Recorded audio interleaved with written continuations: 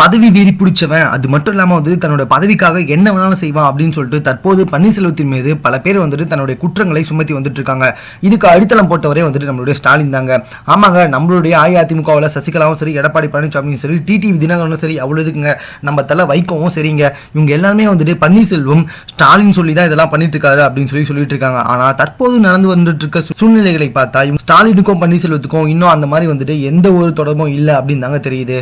அதாவது ஸ்டாலின் என்ன சொல்லி கேட்டுட்டு இருக்காருன்னா, ஜெயலலிதாவின் மரணத்தில் மர்மம் இருப்பதாக தற்போது தெரிவித்துக் கொண்டு வந்திருக்கும் நம்மளுடைய பன்னீர்செல்வம் வந்துட்டு எதற்காக அவர் பதவியில் இருக்கும்போது தான் அந்த விஷயத்த சொல்லலை அப்படின்னு சொல்லி கேட்டிருக்காங்க. அது மட்டும் இல்லாமல் வந்துட்டு நான் 10% தான் சொல்லியிருக்கேன், மீதி 90% வந்துட்டு வெளியவே சொல்லலை அப்படின்னு சொல்லிட்டு நம்மளுடைய பன்னீர்செல்வம் சொல்லியிருக்காரு. அந்த 90% இது வரைக்கும் எதுக்காக அவர் சொல்லாமல் இருக்காரு அப்படின்னு சொல்லிட்டு பல கேள்விகளை வந்துட்டு கேட்டுட்டு இருக்காரு நம்மளுடைய ஸ்டாலின். ஆனால் மக்கள் எல்லாமே பன்னீர்செல்வத்தை பார்த்து கேட்டுட்டு இருக்க கேள்வி இது ஒன்று தாங்க. உங்களுடைய பதவி பறி போனதுக்கு அப்புறமா தான் வந்துட்டு நீங்க சசிகலா குறித்து தவறான விஷயங்களையும் குற்றச்சாட்டுகளையும் சொன்னீங்க, அதுக்கு முன்னாடி எதுக்காக சொல்லலை?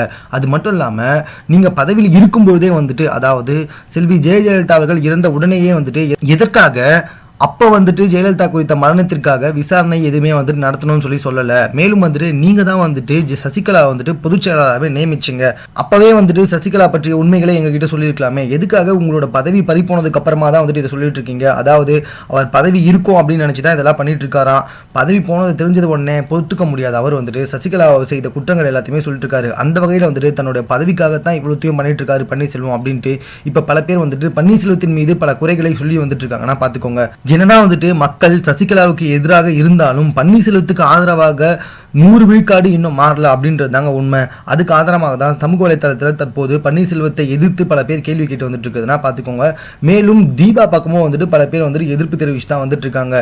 தற்போது தமிழகத்தில் அனைவரும் வந்துட்டு எதிர்பார்த்துட்டு இருக்கும் விஷயம் என்ன அப்படின்னு சொல்லி பார்த்தீங்கன்னா, ஜல்லிக்கட்டுக்காக போராடிய இளைஞர்கள், நெடுவாசலுக்காக போராடும் இளைஞர்கள் வந்துட்டு புதுசாக கட்சி ஆரம்பிச்சு அவங்க தான் வந்துட்டு ஆட்சி அமைக்கணும் அப்படின்றது தான் வந்துட்டு தற்போது தமிழகத்தின் அனைத்து மக்களின் மனசாட்சி குரலாக வந்துட்டு இயக்கப்பட்டு வந்துட்டு இருக்கு. இது குறித்து பல சினிமா பிரபலமும் வந்துட்டு இளைஞர்கள் கையில் நாடு செல்வதற்கு இதுதான் வந்து தக்க சமயம் அப்படின்ட்டு எல்லாமே சொல்லி வந்துட்டு இருக்காங்கன்னா பாத்துக்கோங்க. மேலும் இது போன்ற செய்திகளை உடனுக்குடன் தெரிந்து கொள்வதற்கு எங்களோட சேனலை சப்ஸ்கிரைப் பண்ணுங்க. இந்த வீடியோ பிடிச்சிருந்தா லைக் பண்ணுங்க. உங்க கமெண்ட்ஸ் எதுவும் இருந்தாலும் ஓகே, எங்க கூட ஷேர் பண்ணிக்கோங்க. தேங்க்யூ.